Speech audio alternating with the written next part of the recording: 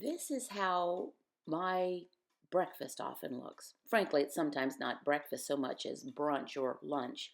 I don't always have an appetite first thing in the morning. I always do like coffee, but I don't always have an appetite. And a word to those who feel like breakfast is the most important meal of the day. Um, it doesn't have to be when you first wake up. It doesn't have to be breakfast. It's a little bit of a myth. Anyway, this is 4 breakfast links and some cheese and my frothy coffee with cinnamon.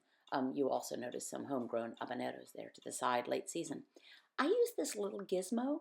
I've been using it recently to froth up my cream. Makes my coffee a little bit fancier. It is not going to froth it up the way you would get in a coffee shop where they steam the cream under pressure.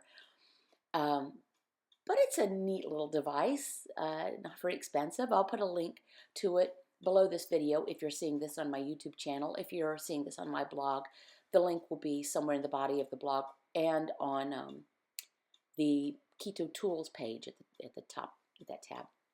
No, I don't necessarily do this the way it's instructed. The instructions are just, it's a milk frother is what it is. You can either use it with hot or cold milk or cream. Again, because I'm kind of lazy, and I don't want an extra cup to clean, I just throw everything in together. Some mornings I brew my coffee. Many mornings I have Nescafe, which is our coffee, instant coffee of choice here. That's my Jordan's sugar-free salted caramel syrup, which I really like, 2 teaspoons of that. And then 2 teaspoons of heavy whipping cream, which is the next thing coming up.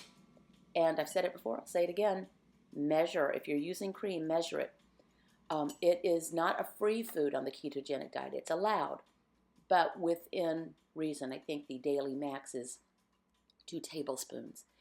And 3 teaspoons equals a tablespoon. So if I'm having 3 cups of coffee with 2 teaspoons each, that's my max of cream for the day. And it's easy to overpour. So I just kind of give that a quick little thing. And then I get this little frother. Then you'll notice I didn't heat up the milk or anything. You could, and it might work better.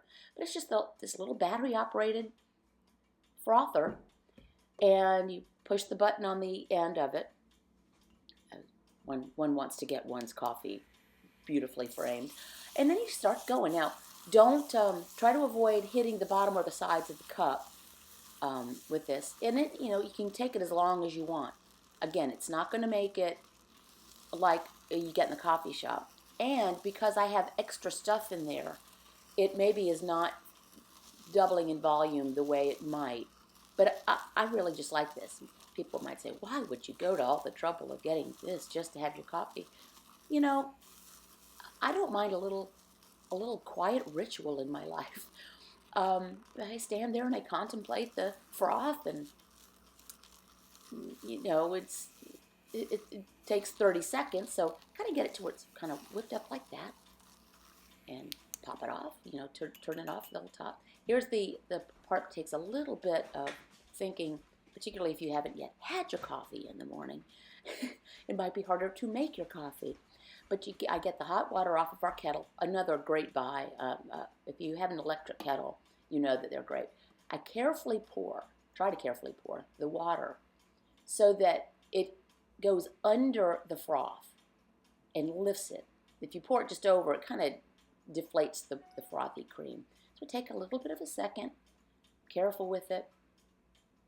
I love the combination of the salted caramel syrup and the cream. When our son was home recently, one of our kids, he tried it and he just found it tremendously too sweet. He likes his coffee pretty much black or just with cream. But if it's too sweet for you, but this is my indulgence. So anyway, you can see I'm taking a long time to pour that because I'm also trying to make sure it's in frame. So I'm taking longer to pour than I would. And then I love that kettle. It's the best money we've spent. I'll put a link to that as well. And I put a little dash of quality cinnamon. And there's my coffee. Hope you enjoyed it.